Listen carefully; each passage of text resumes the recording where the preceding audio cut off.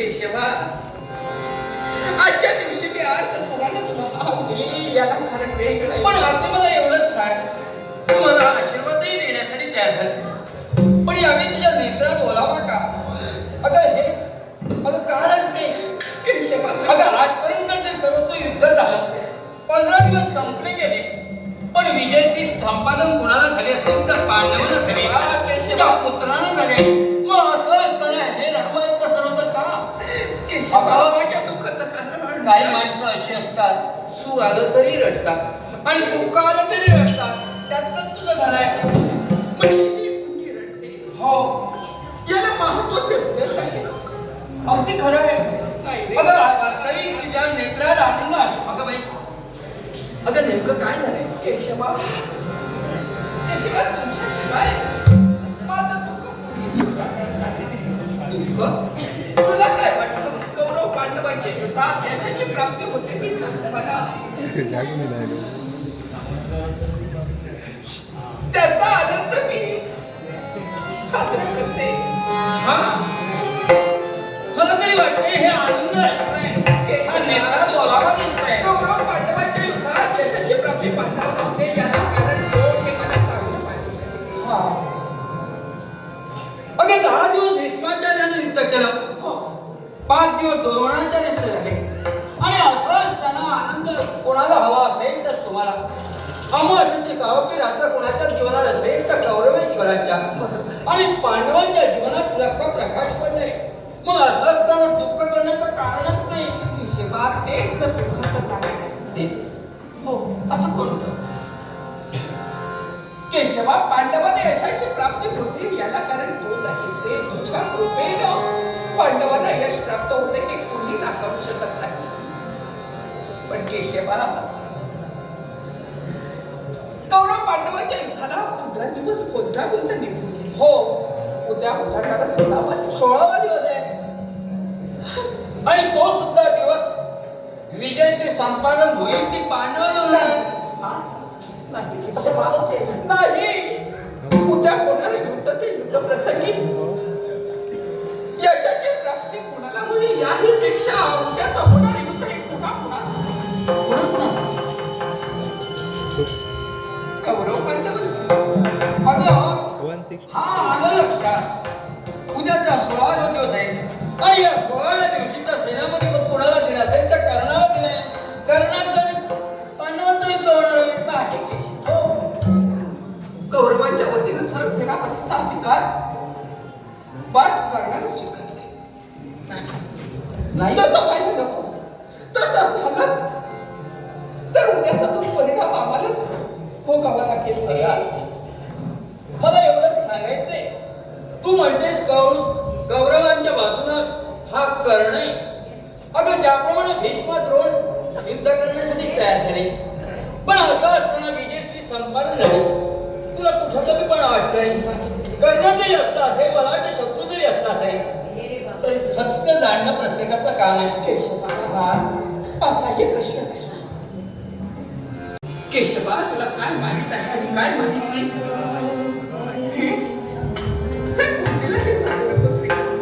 अरे तुझ्या आज्ञेशिवाय या जगातील रक्षाचं परिवर्तन होऊ शकत नाही. पण यातील अवाक्षरही माहित नाही. मग हे केशवा, कर्ण हा पहिला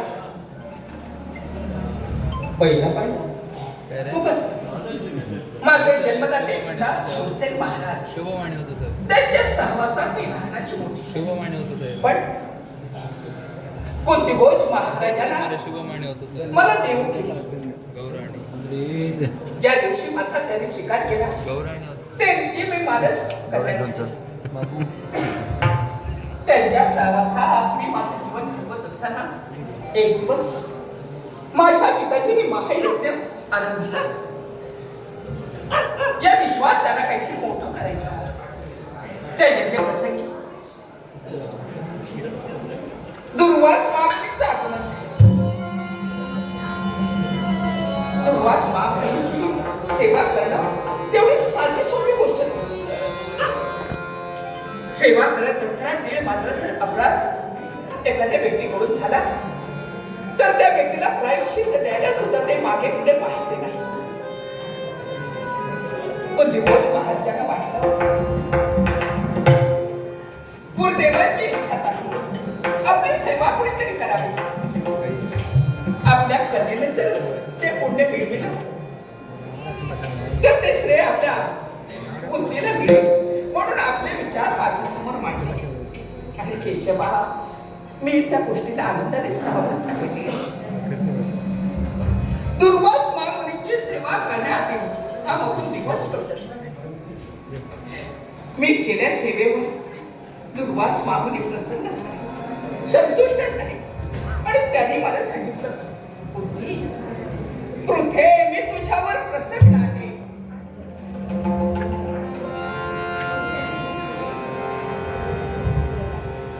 त्यांनी प्रसन्न होऊन मला 5 मंत्र दिले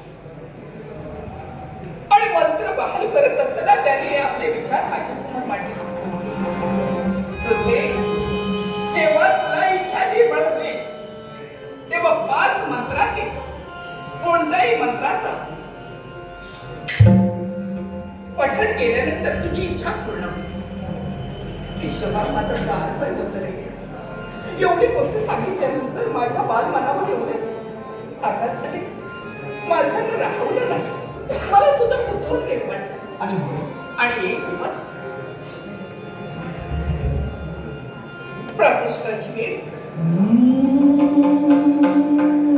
सूर्यनारायण आकाशी यायला काही सावली नाही.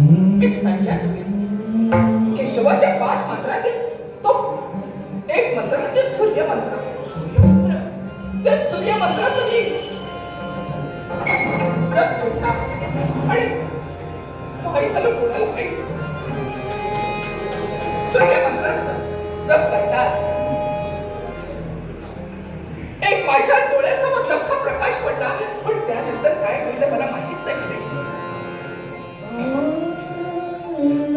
मी जेव्हा शुरू म्हणाले तेव्हा मनातून सुखावून गेले. दिवसा मागून मासा मागून मास लोटत होते. शेवटी निसर्ग नियमाप्रमाणे सगळ्या गोष्टी रचल्या गेल्या. माझ्या शरीराची हालचाल, माझ्या शरीराची ठेवण बदलत झाली. हे जेव्हा माझ्या लक्षात आलं, केशवा ती गोष्ट मला जेव्हा जाणवली, लग्न होण्यापूर्वी मी गर्भवती आहे. नाही रे, सहन झालं नाही मला.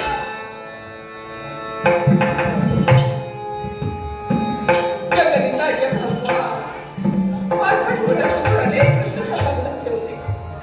मी जगासमोर तोंड कसं दाखवायचं, कुणाला माझ्या मनाची व्यथा सांगण्याचं धाडस करावं नाही. एक तर माझ्या बाबाची कीर्ती चिरेबंदी तटासारखी माझ्यासमोर उभी होती. मी स्वतःला सुद्धा सांगू शकत नव्हते.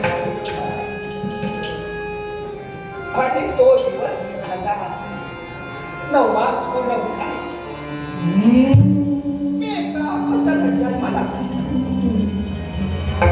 केशवाला मी एका मुलाची आई झाली या मनातून खूप सुखावून गेले.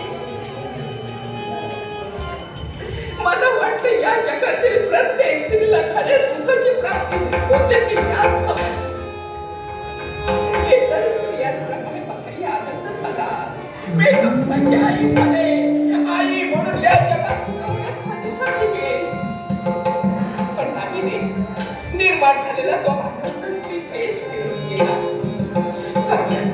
कारण एका मुलाची आई होते. पण लग्न होण्यापूर्वी मी एका मुलाला जन्माला घातलं होतं. त्याचा सांभाळ करण्याचा अधिकार नव्हता माझ्याजवळ.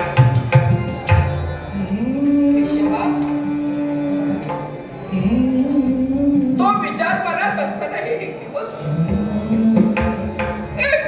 पुढे या जगातील स्त्रीच्या मनात विचार निर्माण होणार नाही असे विचार फिरले. असं कोणते वाघीण आपल्या मुलाला जन्माला घालते. ती क्रूर वाघीण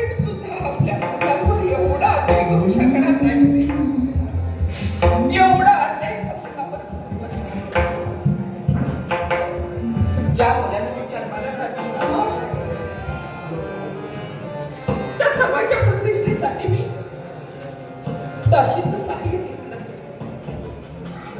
आणि ती रात्रीची वेळ एका लाकडी पेटीत त्या अल्पकाला निष्पाप मुलाला बंदिस्त केलं आणि आत घ्यायची मध्ये हाडा मांसाचा गोळा. त्या दासीला मी सांगितलं, सोड सोड त्या मुलाला, सोड त्या गंगेत. तो निष्पाप मुलगा गंगेला स्वीकारला. गंगे गंगे गोदे येऊने माझा नोहे तुझा चेहरा गंगे गोदे माझा नोहे तुझा चेहरा जतन करी गतया ते सोडिला मी न कापिता हाड, सोडिला मी न कापिता हाड.